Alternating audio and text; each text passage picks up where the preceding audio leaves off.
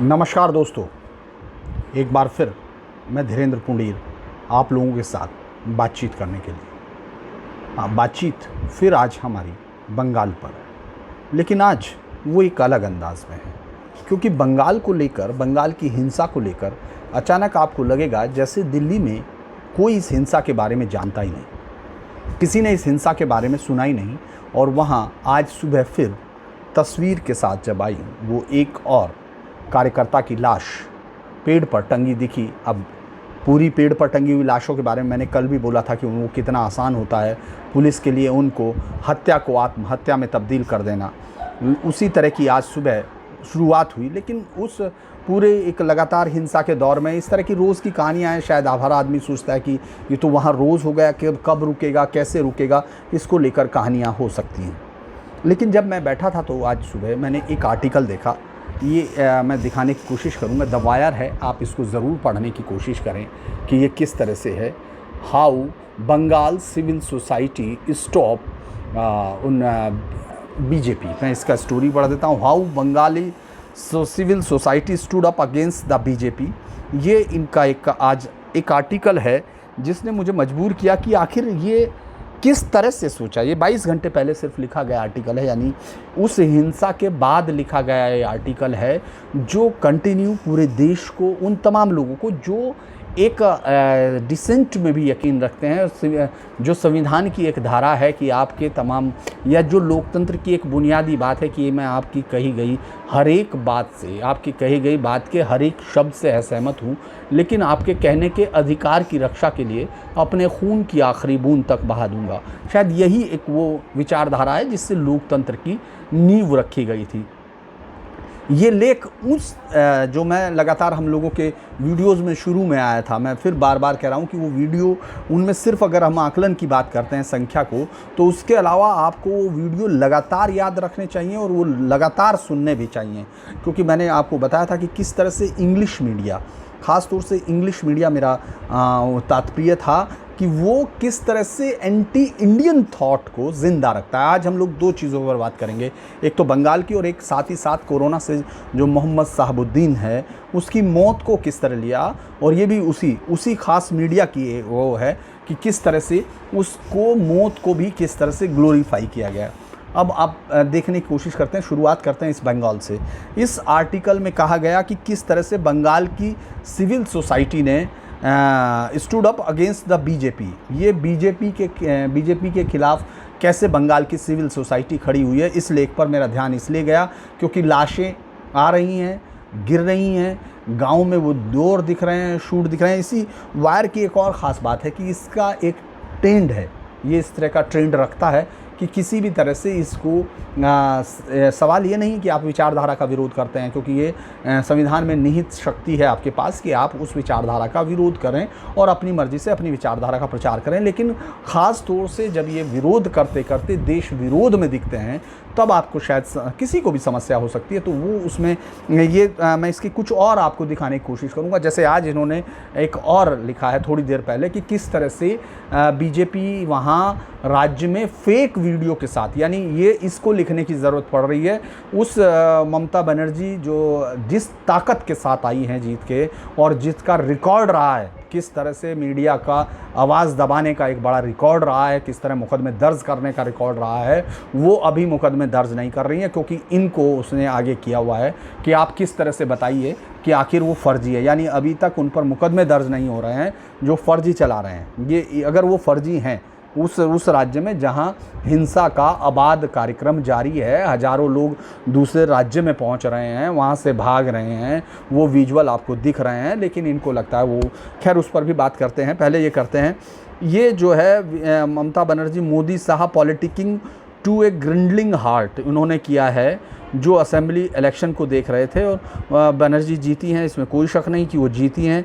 और इसके बाद इन्होंने बताया कि नवंबर 2020 में बंगाल का एक पीपल का connect various social and mass together to create a forum called Bengal against fascist RSS BJP, the for people campaign no vote to BJP. एक बात इस पूरे लेख में बहुत बार मैं चाहूँगा कि आप तमाम लोग इस पर जाकर पढ़ें। दवार में इसका आर्टिकल मैंने आपको बता दिया। हिमाद्री घोष नाम के जो पत्रकार हैं सज्जन, उसने लिखा है, उसने ये बताया है सपोर्ट, ये इन्वेस्टिगेटिंग जर्नलिज्म की सपोर्ट भी मांगते हैं। ये इन्वेस्टिगेटिंग जर्नलिज्म है जो ये बताती है कि बंगाल की एक सिविल सोसाइटी है जिसने एक ग्रुप बनाया जिसमें कुशल देवनाथ है। उन्होंने जो कहा कि वायर को बताया कि stopping BJP for coming to the state was extremely crucial today, otherwise their fascist aggression will gain the street। अब ये फासिस्ट जो शब्द है वो लगातार आप देखते होंगे वो पूरे देश में एक जगह से इस्तेमाल किया जाता है, और वो जब बंगाल में इस्तेमाल किया गया ख़ासतौर से उस हिंसा के बाद भी, आप बीजेपी का ये आर्टिकल मुझे लगता है कि उस वक्त शायद मायने रखता है जब आप विरोध कर रहे होते थे लगातार किसी की तरह, और एक राजनीतिक विचारधारा के विरोध में आप लिख रहे होते, तो ये बात समझ में आती कि आपका। लेकिन अब जब आप जीत गई है जो सरकार, और उसके बाद इतनी हिंसा उन मजलूमों पर, उन गरीब आदमियों पर, उन लोगों पर जिन्होंने हिंदुस्तान के संविधान पर यकीन रख के अपने वोट का इस्तेमाल किया, और ये इतना लैंडस्लाइडिंग और उसको फासिस्ट को रोकने की जितनी ताकत इसमें गिनाई गई है, जितना एक पायस कार्यक्रम बताया गया है, क्योंकि वो क्यों रोकना चाहते हैं उसको, फासिस्ट क्यों कह रहे हैं, अभी हम लोग उस पर जा रहे हैं, लेकिन मैं बता देता हूँ कि क्या क्या है उसमें। द्वैपायन बनर्जी हैं जो कि उससे जुड़े हुए, कहा कि उनको जो मदद मिली है वो cutting across various socio economic जो सिनेमा, म्यूज़िक, थिएटर, एकेडमिया के, उन सब ने ज्वाइन किया था, क्योंकि उनको लगता है ये एसेंशियल है, BJP must not come to power in Bengal. इसके एक और कन्वीनर हैं, उसने क्या कहा, उन्होंने कहा no word our campaign means no word in attack on the BJP RSS, यानी उस पर ये कोई अटैक करने से नहीं छोड़ते, और वो उनके उसको झूठ को वो पब्लिक को बताते हैं। It made irresponsible comparison of fascist party BJP with other parties in the फ्रे।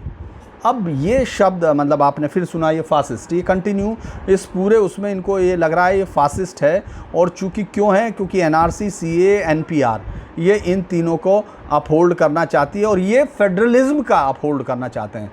इस पूरे उसमें जय बांग्ला, जय बंगाल, बंगाल निजर में के चाहिए, बंगाल निजर में के चाहिए जैसे नारे जो सीधे सीधे तौर पर रीजनलिज्म का पूरा नकारा है, और उसमें जो है उसका कोई लेना देना फेडरलिज्म को मजबूत करने से कहीं तक नहीं दिखता है, क्योंकि पूरी मांग उसमें पूरी तरह से उसमें कहा गया हिंदी बेल्ट, गुजराती, बिहारी, इन तमाम लोगों को गालियां देते हुए पूरी चुनाव कैंपेन उस राज्य की मुख्यमंत्री ने की है, और उसको ये फेडरलिज्म को बचाने के लिए ये ग्रुप तैयार है। ये आर्टिकल मतलब मैं सिर्फ आपको एक मीडिया का ये आउटलुक है किस तरह से ये वहाँ बंगाल में बैठा हुआ इंग्लिश मीडिया हमेशा से उसका बहुत ज़्यादा मतलब एक बड़ा हिस्सा उसमें रहा है। हो सकता है कि उसको लेके बहुत सारे लोग कि ये हमारा ये कहने लगे, लेकिन उस वर्ग के चूँकि एवरेज से बात कर सकते हैं हम लोग, तो आपको दिखेगा किस तरह से वो देश के अगेंस्ट खड़ा हुआ बहुत बार दिखता है। ऐसा नहीं है कि एक बार, और ये वैचारिक बात है, इस पर कई बार वो दिखता है कि किस तरह से वो ये उसी का एक हिस्सा अभियान दिखता है कि किस तरह से उसने कहा कि एक फासिस्ट पार्टी है।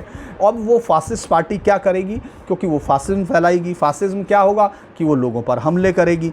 पिछले जब से 47 से वहाँ सरकारें बननी शुरू हुई हैं, उनमें से एक भी बार बीजेपी वहाँ सत्ता में नहीं आई है। वहाँ बीजेपी ने कभी बंगाल में राज नहीं किया सत्ता में, वो कभी मुख्य अपोजिशन पार्टी नहीं रही, वहाँ वो इतनी ताकतवर नहीं रही। या तो शुरू में श्यामा प्रसाद मुखर्जी के समय जीत का एक हासिल होने का कुछ रिकॉर्ड है, या फिर आप उसको 2019 में देखते हैं। 2016 में तो उसमें महज 3 ही सीट विधानसभा की थी, और उसके बाद 2019 में आप लोकसभा में देखते हैं, 2021 की वो चुनाव है। लेकिन वो फासिज्म जिसके डर से पीछे लगभग 50 सालों से 70 सालों से अंग्रेजी मीडिया नहीं सो रहा है, उसके बिना भी बंगाल में कभी हिंसा रुकी नहीं है। वो हिंसा किसने फैलाई, वो फासिज्म कौन सा है, वो इस पूरे आर्टिकल में नहीं है। ये तमाम वो सिविल सोसाइटी, यानी एक ठप्पा जो अंग्रेजी बोल सकता है, जो अंग्रेजी में बात करता है, उसका एक ठप्पा है, वो सिविल हो जाता है, वो अचानक सिविलाइज्ड हो जाता है, क्योंकि वो देश को गाली देने के लिए स्वतंत्र होता है। वो देश की आर्थिक जो देश का माफ़ कीजिएगा, देश का जो एक ताना बाना है उसको तोड़ने के लिए पूरी तरह स्वतंत्र है, वो कुछ भी कह सकता है। वो फासिस्ट पार्टी, अभी मैं आपको इस पूरे आर्टिकल की काफ़ी सारी चीज़ें बताने की कोशिश करूँगा कि किस तरह से हुआ है। जैसे ज्वाइंट फोरम, अब आप इसमें देखिएगा the joint forum against NRC a non political civil society group, ये फिर सिविल सोसाइटी है। ये सारे सिविलाइज्ड हैं जो रोहिंग्यास के उन हत्याओं को, जिसको यहाँ तक कि यूएनओ में तक बताया गया कि किस तरह से उन रोहिंग्यास ने वहाँ हिंदू अल्पसंख्यकों के साथ क्या किया, उस पर कोई सवाल नहीं। मैं यहाँ किसी भी, क्योंकि संवैधानिक ढांचे से हमारे देश में रहने वाला हर धर्म जाति मज़हब का बराबर है, उसमें कोई सवाल नहीं है। लेकिन बाहर से आने वाले लोगों को देखने के लिए कई सारी चीज़ें होती हैं, और ये दुनिया के हर देश में बना है, हर संविधान में लिखा गया है। क्यों, किस लिए, इस पर फिर भी बात कर सकते हैं। वो सिविल सोसाइटी के पास बहुत बड़ा समय होता है, वो बात कर सकते हैं। अब इसने कहा है कि अटैक किया उन्होंने, union minister was a bluffing and misleading the Matua community, यानी इन्होंने मतुआ कम्युनिटी को बताया। Modi government at the centre deliberately issue rules के बारे में बताया। इन्होंने सिटीजन प्रोटेक्शन यात्रा भी निकाली, जिसमें इन्होंने नादिया 24 करना, ये रिफ्यूजी कंसंट्रेटिंग एरिया थे जहां इन्होंने उसके बारे में बताया। अब एक प्रसेनजीत बोस का नाम लिया है, उन्होंने कहा first we are fighting against ये BJP it's Bengal manifesto mention they will implement CAA after coming to power in Bengal, so we are duty bound to fight this and make the Bengal electoral aware. अब इनका क्या aware इन्होंने किया है कि ये national context में देखा जाना चाहिए, जबकि इसका कोई नेशनल कॉन्टेक्स्ट से कोई लेना देना नहीं है, क्योंकि पूरे बंगाल के टीएमसी के चुनाव में कोई नेशनल कॉन्टेक्स्ट नहीं दिख रहा था।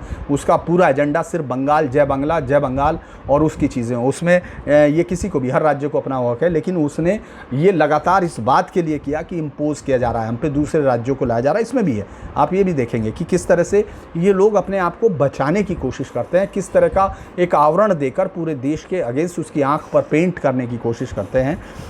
The selection was fort against backdrop of pandemic, catastrophic farm law, NRC, CA and lot of wrong policies. BJP win Bengal would have bolster agenda opposition less India that is weakened our democracy। यानी या फिर वही, ये मैं इसलिए कह रहा हूँ कि इस लेख को मैंने इसलिए लिया है कि ये लेख उस जो निरंतर जारी हिंसा के बाद लिखा गया है, यानी किस तरह का एजेंडे के साथ ये वहाँ राजनीति इंग्लिश मीडिया के साथ, और ये इसको दिल्ली में एक ख़ास वर्ग, गैंग जिनको कहा जाता है मीडिया का, वो किस तरह पेंट करता है। क्योंकि किसी भी पार्टी के साथ आपका कोई एसोसिएशन नहीं होता। हमारे लिए, मेरे लिए किसी भी पार्टी से कोई लेना देना नहीं होता। मेरे लिए उस समय चूँकि वहाँ बीजेपी लड़ रही है और बीजेपी वहाँ अपोजिशन की पार्टी थी, तो इसलिए उस समय हम कंपेयर कर रहे थे बीजेपी के क्या बेहतर है, क्या वो है। वहाँ कोई और पार्टी अपोजिशन में होती तो हम उसको उसके हिसाब से कंपेयर करते, और जो गलतियाँ किसी भी पार्टी की होती हैं वो साफ दिखाई देती हैं। लेकिन यहाँ ये डेमोक्रेसी बचा रहे हैं, उसके बाद बचा रहे हैं कि वहाँ डेमोक्रेसी की आत्मा को छोड़ के उन लोगों को कत्ल किया जा रहा है, उनको पेड़ों पर उनकी लाशें टांगी जा रही हैं, उनके घरों पर हमले किए जा रहे हैं, उनको नौकरियों से निकाला जा रहा है, रोज़गार से अंदर बुलाकर थप्पड़ मार मार कर माँ बहन की गालियाँ दी जा रही, उनकी माँ बहन बेटियों को सरेआम वो बोल रहे हैं, लूटते हुए दिख रहे हैं। आप ये सोचिए, उसमें एक और बड़ा वो, अभी इसमें एक और है, आज इसमें उस वीडियो की बात की गई, उसमें एक वीडियो को कहा गया कि ये वीडियो इसलिए गलत है क्योंकि इसको हिंदू की दुकान लूटते हुए मुसलमानों को दिखाया गया है, जबकि ये एक मुस्लिम जो बीजेपी का समर्थक है उसकी दुकान लूटी गई।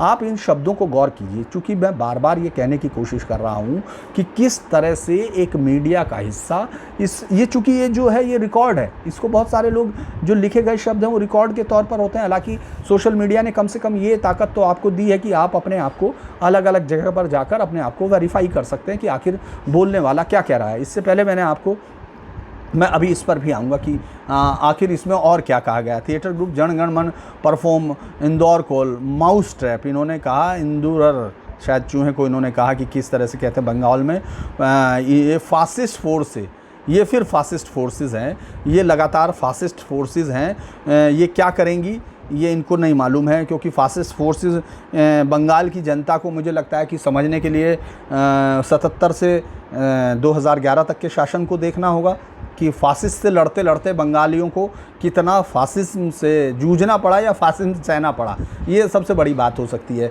क्योंकि एक भद्रलोक या जो कोलकाता का जो सिविल सोसाइटी जिसको तथाकथित कहा जाता है, वो भद्रलोक का एक इंग्लिश वर्ड भी आप उसको एक उसका सिनोनिम मान लीजिए, क्योंकि जिस तरह से लूट में हिस्सेदारी वहाँ है, शहरों में सबसे ज़्यादा गरीब वहाँ है। पूरे देश में जिस तरह गरीबी की चर्चा होती है, बंगाल उसमें हमेशा अक्सर आता था। बंगाल के के लोगों को आप वहाँ से माइग्रेट करते हुए देखते हैं, भूख के लिए देखते हैं, रोज़गार के लिए देखते हैं। और तमाम हर शहरों में शायद दूसरे किसी राज्य के इतने ज़्यादा माइग्रेटेड लोग नहीं आपको मिलेंगे जैसे बंगाली टोला आपको कहीं भी मिलेगा। आप बनारस जाते हैं, आपको लखनऊ में गौतम पल्ली मिलेंगे, यहाँ CR पार्क है, तमाम जगह हैं। वो लोग माइग्रेट किए हैं, क्यों किए हैं ये शायद उनके पास बंगाली निज़र मेके चाही के पास कोई इसका जवाब होगा, क्योंकि वही बताएंगे। क्योंकि जिस तरह से वहाँ बाहर आने वालों को जिस तरह की गालियाँ, जिस तरह की धमकियाँ दी गई, उस तरह का कभी किसी बाहर के राज्य में किसी बंगाली को सहना पड़ा होगा।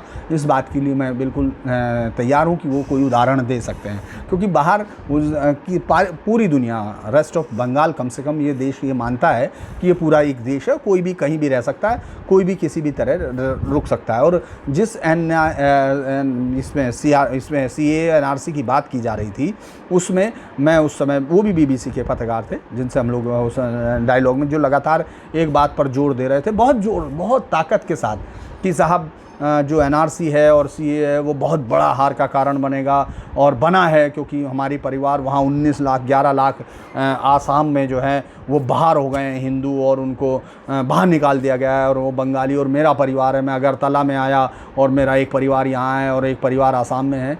उस आदमी को शायद ये समझ में उसकी नफ़रत इससे ज़्यादा बड़ी हो रही थी, क्योंकि वो ये समझने में भूल कर गया कि आसाम में भी साथ के साथ चुनाव है, और जहाँ वो जीत के आई है, यानी जहाँ उन हिंदुओं के नाम उसमें NRC में आने का असर बंगाल में पड़ रहा था, वहाँ नहीं पड़ा जहाँ चुनाव हुए थे। तो ये इसलिए मैं कहने की कोशिश कर रहा हूँ कि बार बार आप उस घृणा को देखेंगे, इस पूरे बंगाल चुनाव को किस तरह बाहर का मीडिया, खासतौर से दिल्ली के मीडिया ने जिस तरह जीत के उस पर दुधुम्बी बजाई थी, और किस तरह से उन्होंने इस पूरे उसको एक फासिज्म के खिलाफ लड़ाई लड़ी।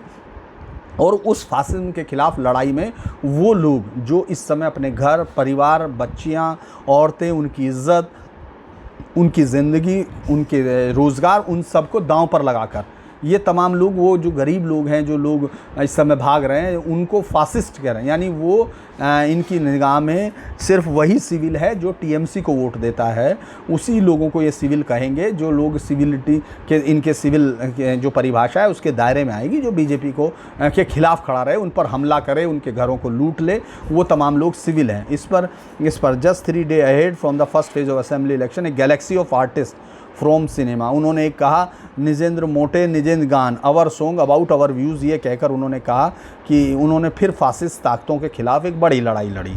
ये मतलब ये कौन सी फासिस्ट ताकतें हैं जो लगातार बंगाल को परेशान करने पहुंच गई, और बंगाल जो इतना शांत रहा है, जहां मतलब शांति की चिड़िया हमेशा उड़ती रही, ममता बनर्जी पर हमला करने वाले कौन लोग थे ये शायद नहीं बता पाए। इस आर्टिकल में उसका जिक्र नहीं है कि इससे पहले महिलाओं पर अत्याचारों में कितने कौन से नंबर पर था, वो जो सिविल सोसाइटी थी उस वक्त कहाँ थी, जब 67 से लेके 72 तक का दौर रहा, वो सिविल सोसाइटी उस वक्त कहाँ थी, उसके नारे लिखे हुए कहाँ तक आए, जब कि पूरी तरह से 72 से 75 तक 77 का वो दौर रहा, उस दिल्ली में आकर उन्होंने क्या लिखा, 77 से लेके 2011 तक के उस हिंसा के दौर में, जिसमें खुद ममता बनर्जी अपने आप को, उसके 19 फ़ोटो हम लेके दिखाए गए, जो अलग अलग जगह, मतलब लगभग शायद इतना ही है, 18-19 बार के वो फ़ोटो एक हैं। जब वो कलकत्ता में धरना दे रही थी गांधी स्मृति पर, तो एक वहाँ उनका समर्थक लगा के उन फ़ोटोओं को आया था उस वक्त भी। तब वो कहाँ थी, वो सिविल सोसाइटी शायद बताती देश के कि फासिस्ट लोग वहाँ राज कर रहे हैं, तो वो फासिस्ट कौन थे? यानी फासिस्ट वो होते हैं जो पूरे आपको कत्ल कर दें, आपको मार दें, आपको तमाम कर दें, लेकिन वो फासिस्ट सिर्फ BJP के हो सकते हैं, बाकी किसी पार्टी में फासिज्म नहीं हो सकता। ये एक पूरा प्लान है, ये पूरी तरह से ताकत है जो सिर्फ दिखने की कोशिश करती है। जिस हारमोनी की बात करती है वो कई बार आप सिर्फ दंगों का एक, जिस तरह की हिस्ट्री को आप BJP के साथ एक पूरी पार्टी जोड़ती है, वो अलग अलग राज्यों में सत्ता के जाने के बाद BJP पार्टी का कभी कोई इस तरह का रिकॉर्ड कम से कम इन बुद्धिमानों के पास मुझे नहीं लगता कि उनके पास होगा। इनके पास कोई history shows how artist in India across, ये बता रहे हैं कि इंडिया और किस तरह से डेमोक्रेसी की रक्षा आर्टिस्टों ने की है। इसमें ये भी है, the video not only received appreciation from people across the country, यानी ये जो बंगाल की एक तथाकथित सिविल सोसाइटी करती है, जो ये कहती है कि बंगाल की पॉलिटिक्स अलग है, बंगालियों को आप नहीं समझ सकते, बाकी देश नहीं समझ सकता, वो पूरे देश को समझ जाती है क्योंकि इतने समझदार हैं वो। एक अहंकार आपको उस पूरी सोसाइटी में दिखा भरा हुआ मिलता है, जो ये तथाकथित जो अंग्रेजी वहाँ या बंगला या अंग्रेजी का जो जिस तरह से वो अपने आप को बहुत बड़ा ये मानते हैं कि उनसे ज़्यादा कोई समझ नहीं सकता इस देश को। और बहुत सारे डाटा आपको वहाँ मिलेंगे, जो कॉमन जो आदमी है उसके दिमाग में किस तरह डाटाओं को भरा गया कि ये पूरे देश की आज़ादी उन्होंने ला कर दे दी है और इस देश ने उस आज़ादी के लिए बंगालियों का सम्मान नहीं किया है। ये वहाँ के अंदर की पॉलिटिक्स है। पूरे 34 साल तक वहाँ मोर्चा, आगे 10 साल से ममता बनर्जी किस तरह से पूरे देश की जो सेंट्रल फेडरलिज्म है उसके अगेंस्ट वहाँ के लोगों को तैयार करती रही पूरी ताकत के साथ। वो दिखता है, वो उसमें कोई नई कहने की ज़रूरत नहीं है, लेकिन एक झूठ को अंग्रेजी का मीडिया यहाँ बैठकर बोता रहा और उसको बाकी देश के सामने पेश करता रहा। क्या ममता बनर्जी की ये छवि जो आपको जो जिसमें उनकी पार्टी के लोग हत्या करते हुए दिखते हैं, उनकी पार्टी के लोग घर लूटते हुए दिखते हैं, और जो उन रेप जिनकी अभी जांच करके बताएगी पुलिस वो किस तरह से है या नहीं है, उनमें जो लोग दिखाई देते हैं, क्या वो ममता बनर्जी इस देश में डिसेंट की राजनीति को सम्मान दे सकती है? यानी वो जीत कर जो इतने हिंसक और जो इतने ख़तरनाक हो सकते हैं, जो हत्याओं, खून की प्यास जिनकी नहीं बुझ रही है इतने दिन बाद भी, वो इस देश के साथ क्या कर सकते हैं, ये सिर्फ एक वानगी वो बंगाल में दिखा रहे हैं। हालांकि उनको शायद ही कौन लेगा, क्योंकि बंगाली इस पूरे चुनाव में जिस तरह से बाकी तमाम राज्यों के प्रति घृणा दिखाई है टीएमसी के लोगों ने और जिस तरह से कोसा है, उससे बाकी राज्यों में शायद मुझे लगता है कि शायद ही इसकी कोई इस थ्योरी को लेने को। लेकिन अंग्रेजी मीडिया जो दिल्ली में बैठा हुआ एक गैंग है, ख़ासतौर से इस पूरी एजेंसी को भी आपको गौर करना होगा, इसके पूरे आर्टिकल्स पर आपको जाना होगा। इसके लिए मेरे से कहने से नहीं मत जाइए, आपको खुद जाकर देखना होगा कि आखिर ये करते क्या। सिंस अब ये एक और बहुत बड़ी चीज़ देखिए कि speaking to a sociologist Pia Chakravarti, who was also part of the video, said since January, with the increasing polarization regarding Bengal election and the overall religious fascism, crushing of dissent and economic decline in the entire country, felt like we had to express our thoughts. Art was the best way to resist. ये पिया चक्रवर्ती अभी तक सामने नहीं आई है उस हिंसा पर। ये पिया चक्रवर्ती बता रही है कि साहब इंक्रीजिंग पोलराइजेशन, मुस्लिम वोट बैंक को, उनको एक वोट बैंक में बदलना, उस पूरे मुस्लिम समुदाय के उन उग्रवादी इकट्ठे स्वभाव के लोगों को इकट्ठा करना, बरकती जैसे लोगों को साथ में बिठाना, उसको लाल बत्ती की गाड़ी देना, तमाम लोगों को, यहाँ तक कि जो कई किताबें मैंने उस समय कई लोगों ने मुझसे पूछा था, मैं आज कोशिश करूँगा कि आपको उन किताबों के नाम भी दे सकूँ जो मैंने कई बार रेफरेंस में आपको दी, जिसमें ये तक बताया गया कि कोरोना के नियमों की धज्जियाँ मुस्लिम इलाकों में किस तरह उड़ाई गई। वहाँ कोई पुलिस वाला उनका चालान नहीं काटता। कोलकाता में कई बार इस तरह की खबरें आप ये जो मैं कह रहा हूँ आप आके जाकर देख सकते हैं आराम से कि किस हिस्से में 3 लोग अगर मोटरसाइकिल पर जा रहे हैं तो किस पुलिस वाले की हैसियत है कि बिना हेलमेट पहने हुए उन लोगों को रोक सके। ये लगातार आपको दिखाई देगा। ये पिया चक्रवर्ती ने नहीं देखा, ये हम लोगों ने देखा, ये हम लोगों ने, यानी पोलराइजेशन पिया चक्रवर्ती को बीजेपी का दिखाई दिया है। ये सब उस हिंसा को जायज़ ठहराने के कारण है, क्योंकि जब मैं इसमें आप लोगों के साथ कल बात भी किया तो उसमें भी एक शख्स जो है शायद राइटिस्ट कम्युनिकेशन या कुछ इस तरह से है, वो ये बताने की कोशिश कर रहा है कि यहाँ सिविल हारमोनी रहती है। ये 1946 से सिविल हारमोनी है, डायरेक्ट एक्शन डे से वो हारमोनी रखे, चूँकि इतिहास का गलत पाठ हमेशा आपको ख़तरे में लेके जाता है और आप अंधे कुएं में जाकर आपकी आवाज़ कोई सुनने को तैयार नहीं होता अगर आप हिस्ट्री का गलत पाठ करते हैं। जिस तरह से 46 के बाद है, उसके बाद अगर आप सिर्फ राइट इन बंगाल डाल देंगे तो आपको ये पता चल जाएगा कि आखिर वो किस वो जो है हारमोनी की बात कर रहे हैं। ये दरअसल एक पूरा वर्ग है जो ये तैयार कर रहा है कि किसी भी तरह से आप एक पार्टी की विचारधारा उसको ख़त्म करने का तरीका, ये बंगाल राइट के ये आपको लगातार मिल जाएंगे। नो अखली राइट से शुरू करके सेमी, ये मैंने कुछ नहीं किया, मैंने सिर्फ एक टाइप किया है, आप भी सिर्फ टाइप करेंगे बंगाल राइट्स और डालते हुए चले जाएंगे। ये उन लोगों के लिए है जो ख़ास तौर से इस देश को बेवकूफ़ समझकर, इस देश को तोड़ने के लिए रेजा, लेकिन उसका इस्तेमाल वो संवैधानिक धाराओं के बीच से घुस के करते हैं। आपको उनसे बहुत सावधान रहने की, ये मीडिया का वो हिस्सा है। मैं इसलिए बताने की कोशिश कर रहा हूँ कि आप उसको देखें खुद जाके।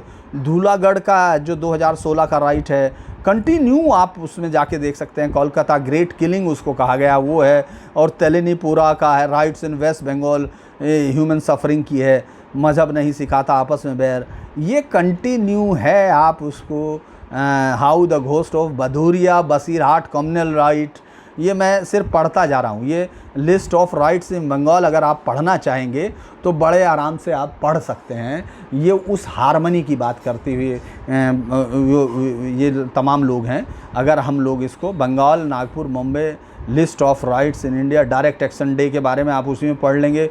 इंडिया में is a list of communal class the Bengal, ये आप इसमें पढ़ सकते हैं। 2017 तक के कितने ज़्यादा ब्लास्ट हुए, मतलब राइट हुए हैं। ये कौन, उस समय बीजेपी सत्ता में नहीं है, बीजेपी वहाँ विपक्ष में भी नहीं है।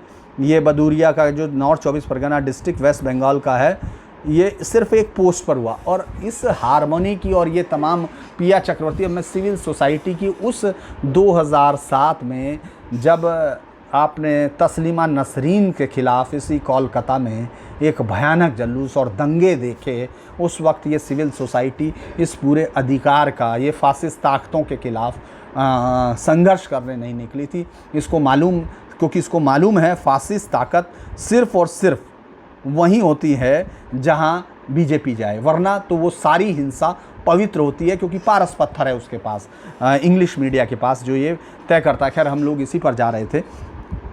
अब during the election a band from Kolkata Fiddler's Green release a song urging voter to Bengal hoshiyar. The song is part of the video. ये होशियार इन्होंने किया। और इसमें भी देखिए सीनियर जर्नलिस्ट प्रणय गोहात ठाकुर था। अभी आपने हिंसा पर नहीं सुना होगा, थोड़े दिन बाद आने लगेगा उन लोगों का। वो लोग इस ऑक्सीजन की तरफ हैं कि वो चाहते हैं कि कुछ इस तरह के वीडियो पोस्ट हो जाएं, उनकी तरफ से ही हो जाएं, चाहे वो जिसको वो पोस्ट करके फिर वो बता सकें कि ये तो पुरानी पोस्ट है, ये ढाका की पोस्ट है, इसको यहाँ दे दिया गया, और उसके साथ वो पूरी उस हिंसा की पूरी कहानी को दफन कर सकें। मिश्रा फर्दर एक इसमें है स्वदेश मिश्रा, ये खुद मिश्रा हैं। मिश्रा वहाँ कितने होते होंगे, कहाँ से गए हैं, ये अलग बात है, लेकिन इनकी लाइन बहुत अच्छी है।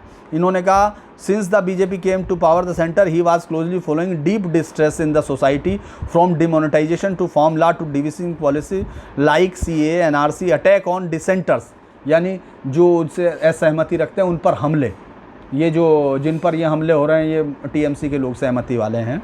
Operations of community aggressive push of north India culture, यानी ये स्वदेश मिश्रा, आप समझ रहे हैं, मैं सिर्फ सरनेम इसलिए बोल रहा हूँ, मिश्रा ये बोल रहा है कि साहब ये नॉर्थ इंडियन कल्चर। मिश्रा वहाँ खुद कौन सी पीढ़ी से पहुँचोगे खुद बता दें तो ज़्यादा बेहतर रहेगा।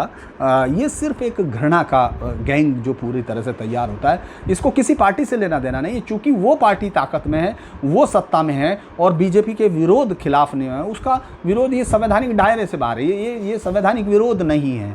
क्योंकि आपको ये समझना पड़ेगा कि मीडिया में कौन सा हिस्सा संवैधानिक विरोध तक पहुंचता है और कौन सा उसके खिलाफ जाता है। ये वो हिस्सा है जो सिर्फ नफरत और एक खास साजिश के साथ यहाँ रखा गया, क्योंकि सिविल सोसाइटी आ जाएगी तो इसको इंग्लिश में बड़ा अच्छा माना जाता है, खासतौर से जो लोग अभी इंग्लिश अखबार पढ़ते हैं, जो लोग उससे, उनके लिए बहुत बड़ी चीज़ है। अरे सिविल सोसाइटी ने कहा है, अरे सिविल सोसाइटी विरोध में थी, तो ये उसी के लिए ये इस तरह से आर्टिकल लिखे जा रहे हैं। अभी ये आर्टिकल शुरू हुआ है।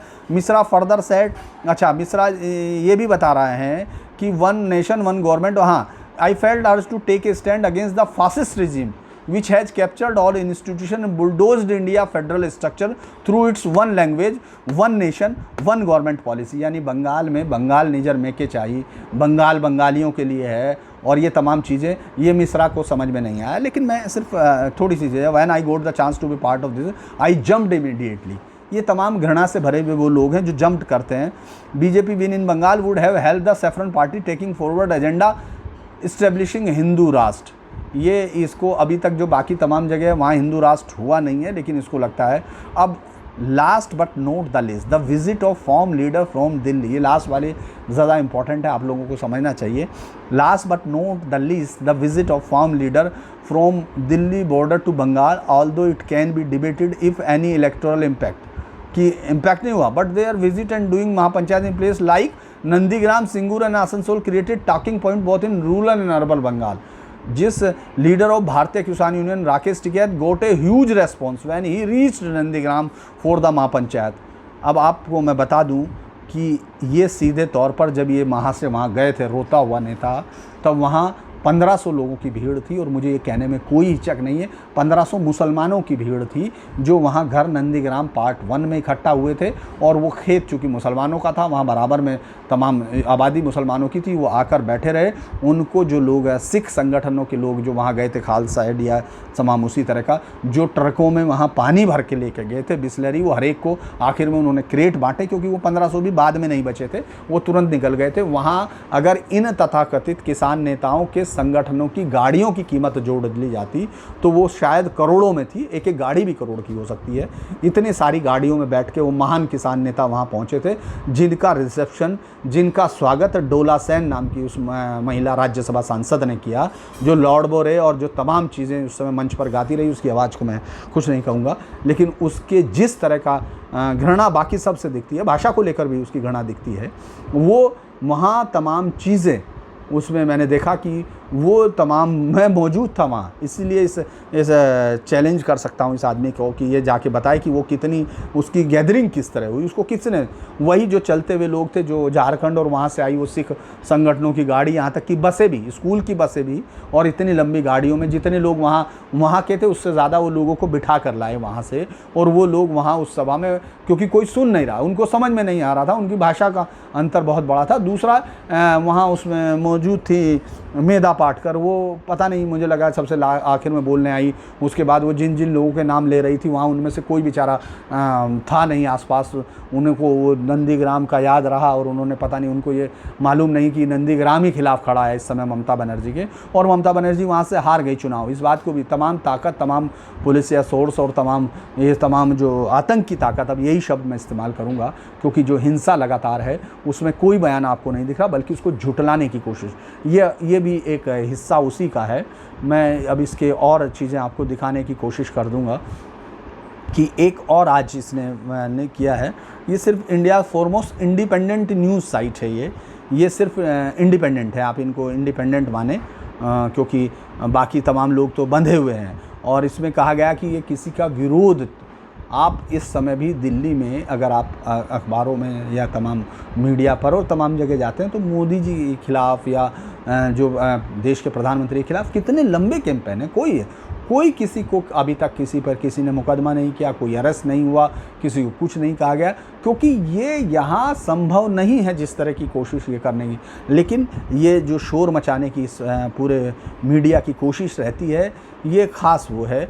मैं एक और पर बात करना चाह रहा था, लेकिन मुझे लगता है कि ये बहुत ज़्यादा वक्त सिर्फ इसी पे हो गया। आपको ये तमाम चीज़ें जाकर देखनी होंगी कि आखिर वो कौन सी सिविल सोसाइटी है जो हिंसा पर चुप रहती है, जो बाकी लोग जो मारे जा रहे हैं उन पर चुप रहती है, लेकिन इस पर वो एक शब्द नहीं बोलती है और बाकी सब पर। अब एक और इस पर मैं आपको दिखा दूँ, क्योंकि ये आज की बड़ी लाइन उसने लेके आए हैं कि किस तरह से ये फर्जी all 77 BJP MLA west Bengal central army, वो भी लिखा है। एक जो चीज़ इन्होंने बताई है कि किस तरह से आज बातचीत की है इनके एक रिपोर्टर्स ने, कि किस तरह से वो झूठे वीडियो के सहारे बीजेपी एक नैरेटिव क्रिएट कर रही है। उन लोगों की चीखें उनको झूठ हैं, वो हत्या के वो झूठ है, वो जलते हुए ऑफिस झूठ है, ये सब। और एक और बड़ी चीज़ है, एक मानिक सरकार के खिलाफ वहाँ विरोध हुआ, उसको इसने बहुत तकड़ी ताकत दी। Video that went viral showed the public holding black flag chanting go Manik Sarkar and pelting stones का उन्होंने जिक्र नहीं किया, लेकिन वो एक मानिक सरकार को वापस जाने पर इसको उन्होंने हिंसा मान लिया गया है। और ये देखिए, in the interview of the ऑनलाइन Ghosh, a journalist based in waste Bengal, ये अभी शायद अब हिमाद्री है या नहीं है, Wire and Siranjali discuss the repeated instancing of post-poll violence in the state, the fake news ecosystem that surround such violence among other issue।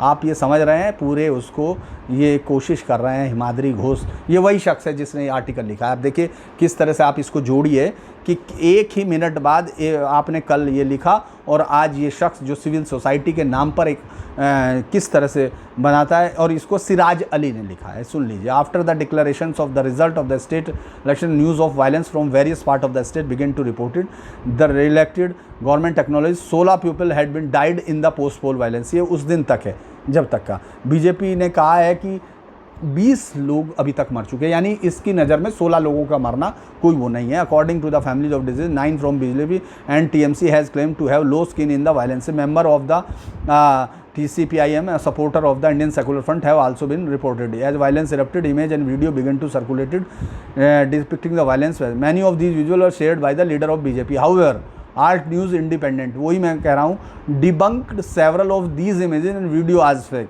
यानी जो वीडियो सच है उनकी कोई चर्चा नहीं है, जो वीडियो झूठ है वो 2-3 वीडियो इन्होंने हो गए। In the interview with Himadri Ghosh, a journalist based in waste Bengal, Siraj Ali ने उससे डिस्कस किया कि पोस्ट पोल वायलेंस पर क्या है। तो ये चूँकि अब इंटरव्यू है उनका, उसमें तो वो मैंने अभी नहीं सुना है मैं, लेकिन उस समय मैंने सोचा शायद रिटिन में एक आर्टिकल है उस पर मैं आपसे बात करता। मैं कुछ लोगों को, चूँकि उन लोगों की ये बहुत मांग थी कि मैं दिखा सकूं, तो मैं ये दिखाऊंगा कि कौन सी किताबें उस दौरान मैंने कोट की थी। मैं कुछ किताबें यहाँ आपको दिखाने की कोशिश करूँगा। ये ब्लड आइलैंड है, an oral history of the Marichjhapi massacre, Deep Haldar, ये एग्जीक्यूटिव एडिटर है इंडिया टुडे ग्रुप में। ये इसी की इस चुनाव से पहले ठीक आई, जो Bengal 2021 an election diary, Deep Haldar. ये भी एक इसके बाद है the rise of the right in Bengal, ये अनिमेश बिकवास की बुक है। ये बीजेपी शायद उसी से रिलेटेड है। ये भारतीय उपमहाद्वीप की त्रासदी, सत्ता, सांप्रदायिकता और विभाजन है, जो बिहार के डॉक्टर रज़ी अहमद साहब हैं गांधी स्मृति संस्थान से। इसमें उस हिंसा के बारे में मैंने आपको बताया 1940 के। खुदीराम बोस के बारे में हम लोग बात नहीं कर पाए, मैंने सिर्फ ये बताया कि किस तरह से खुदीराम बोस मोड़ से शुरू हुए। उस धरने पर जो ममता बनर्जी ने लॉन्ग मार्च शुरू किया था नंदीग्राम में, उस पर एक बार उस पर सफाई तक नहीं हुई थी, वो उनकी मूर्ति सही से बनी हुई नहीं थी। मैं कुछ भी नहीं कहूँगा। Sambit Paul, the Bengal, the rise of the BJP and conundrum, the future of the TMC, दो राय परवाम। इसके अलावा 1-2 बुक्स और हैं जिनको मैं अभी इस समय आपके लिए, ये सब लोग उन लोगों के लिए जो ये पूछ रहे थे कि आखिर मैंने किस किस किताबों को वहाँ दिया। इसके अलावा द कैलकाटा डायरीज़ है जो अशोक की है, जो पहले सेक्रेटरी थे शायद वहाँ। इसके अलावा 1-2 बुक्स और हैं जिनका वर्णन उन लोगों ने कोशिश की थी कि उसमें से आपको निकाल कर दर्शान दें। तो आज की अभी ये वीडियो यहीं तक।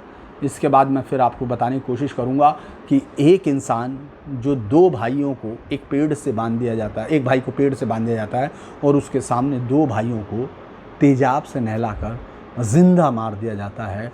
उन तेज़ाब के गिरने से किस तरह से मरा होगा वो इंसान। उसके बाद उस बचे हुए भाई को भी कुछ सालों बाद गोली मार दी जाती है, और जिस शख्स ने ये किया, जिस पर सज़ा है, वो शख्स एक BBC का एक मुझे आर्टिकल याद आ रहा है जिस पर मैं चर्चा करना चाह रहा था कि आखिर उसकी मौत पर कोरोना से मरे मोहम्मद साहबुद्दीन को वो मसीहा मानते हैं।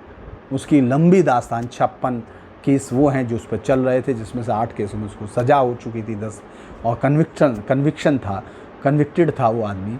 और वो आदमी किस तरह से, यानी ये, और उसमें भी ये कहा गया कि इसकी पैदाइश हिंदुत्व राजनीति के अगेंस्ट में हुई।